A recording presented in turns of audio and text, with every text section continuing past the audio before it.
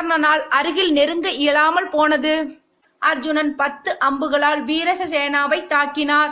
அது அவனை பலவீனப்படுத்தியது. 4 கூரான முனையுடைய அம்புகளை கொண்டு அர்ஜுனன் அவனுடைய வில், அவனுடைய 2 கைகள் மற்றும் அவருடைய தலை ஆகியவற்றை வெட்டினான். வீரசேனா கொல்லப்படுவதை பார்த்து கொண்டிருந்த கர்ணன் கடும் துன்பத்தில் கண்ணீர் சிந்தினான்.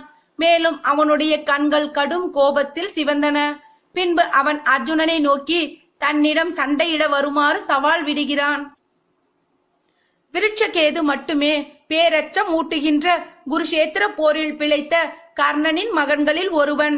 போருக்கு பின்பு அவன் பாண்டவர்களின் அரவணைப்பில் இருந்தான். விருட்சகேது யாவனதா அரசின் மகளை திருமணம் செய்து கொண்டார். இந்த நிகழ்வானது அர்ஜுனன் தன்னுடைய அண்ணன் மகன் விருட்சகேது மீது வைத்திருந்த அளவு கடந்த பாசத்தை கூறுகிறது. மேலும் இது போன்ற